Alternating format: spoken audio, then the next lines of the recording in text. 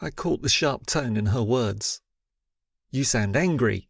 Of course I am, Jake. I'm furious. Not least because it drove a wedge slap bang through the middle of our friendship, Chloe replied. The room seemed short of air. I thought you blamed my dad for what happened. I mean, everyone else does. Did you actually bother to ask me what I thought at the time?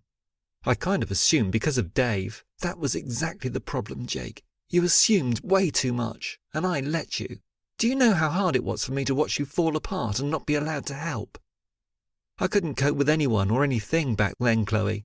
I'd just lost my dad, and nothing made sense anymore.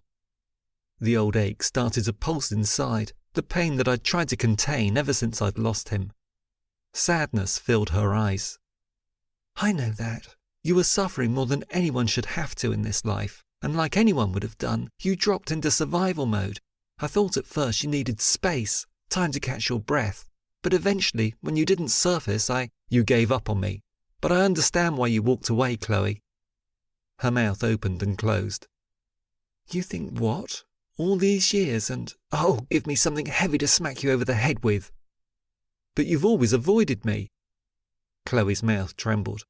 Jake, you've got this all so badly wrong. The problem was that every time I tried to reach out to you, I could see the pain in your eyes, and that just by talking to you, I was actually making things worse, which cut me up more than anything. I made a vow to myself to step back, but I never gave up on you, Jake. Ever. 6 years of pain replayed through my head in seconds. All the times I'd thought Chloe barely realised I existed, in fact, she'd been doing just the opposite. Like when we bumped into each other at the coffee shop and she'd practically run out of the door without saying a word. It had felt like a knife plunged into my gut, but now she was telling me that she'd been giving me a chance to breathe.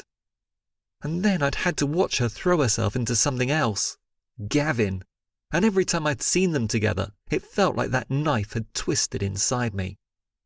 I stared at her. I thought, she sighed, I realise now what you thought.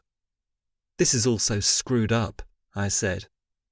I know it is, but last night when you stepped in to protect that boy, I saw a glimpse of the Jake Stevens I'd always known and, anyway, even then, I thought it might be just a one-off and that you'd quickly disappear back into your tortoise shell.